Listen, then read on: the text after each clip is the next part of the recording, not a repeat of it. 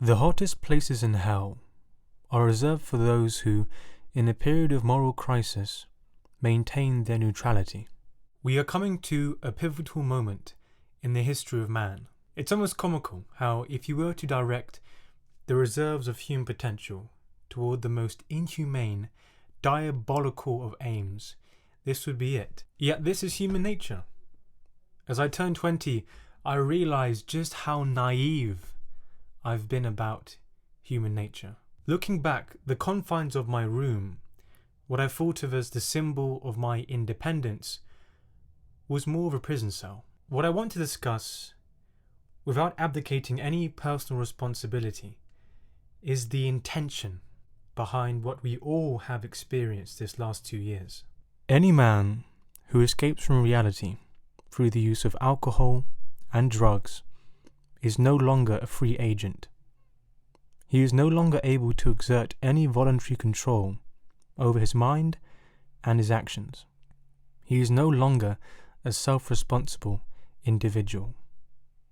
Alcoholism and drug addiction prepare the pattern of mental submission so beloved by the totalitarian brainwasher. When you are isolated and frantically occupying yourself with the next distraction, you become unable to put two and two together. And so when a government or an oligarchy present you with a ready-made answer, you'll accept it. It doesn't matter if the answer is 2 and 2 make 5, you won't know any better. I read both Brave New World and 1984 during lockdown, but I was addicted to pornography and social media, which severely disabled my ability to think critically. I had no idea that addiction could be weaponized. People love their servitude because they don't think it's servitude. We adore the technologies that undo our capacity to think.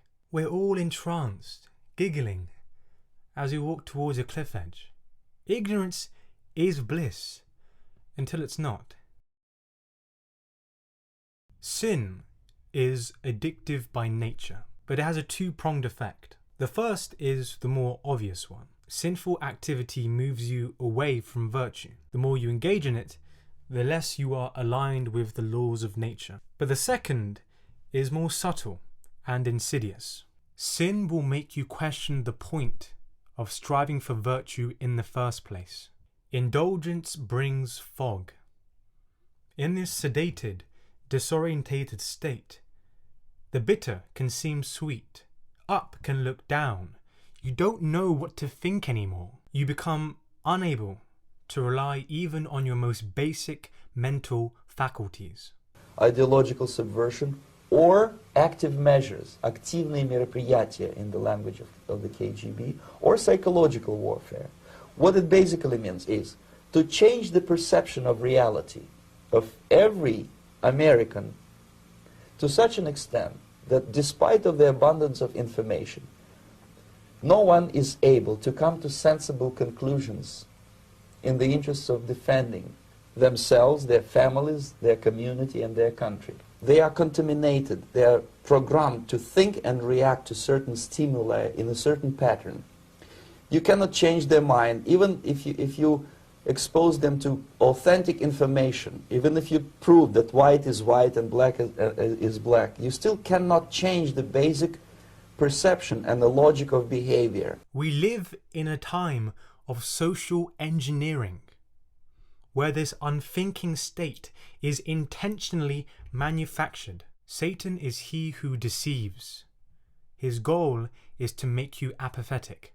The philosophical hydra that is at the crux of all of this evil is moral relativism, the idea that there is no such thing as objective right or wrong, that a sense of right and wrong can be changed depending on the time, place, or your motives. If there is no such thing as objective morality, then reality can be whatever you want it to be. Censorship is justified on the grounds of protecting the truth and disinformation.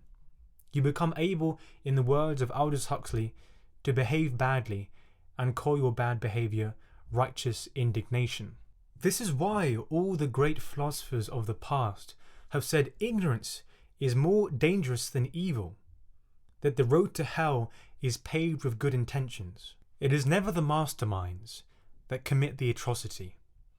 It is their followers who think they are doing the right thing. If you allow yourself to be guided by this fluid morality, you will end up destroying, but be convinced that you are saving. Ignorance is a lack of awareness, fundamentally. And now, a word from our sponsor.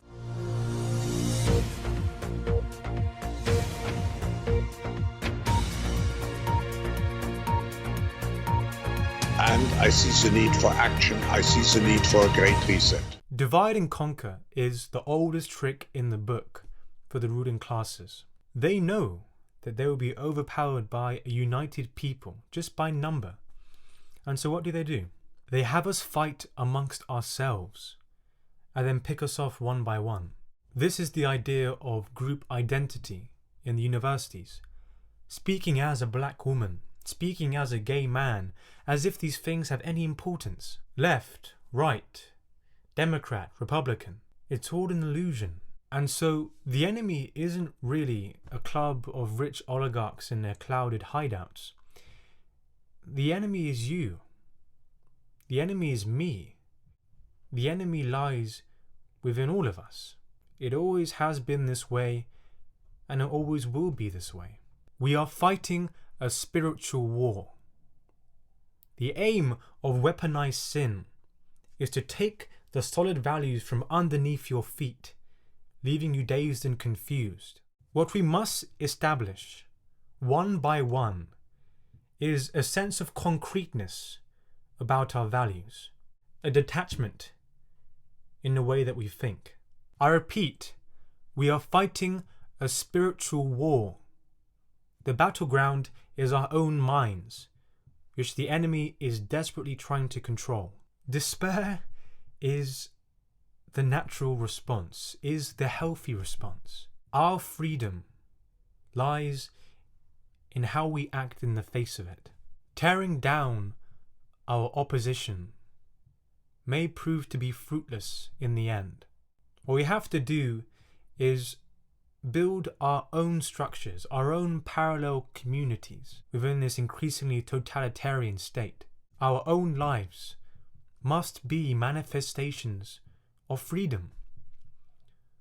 We must try and make our own lives the purest manifestation of freedom. For God's sake, speak out.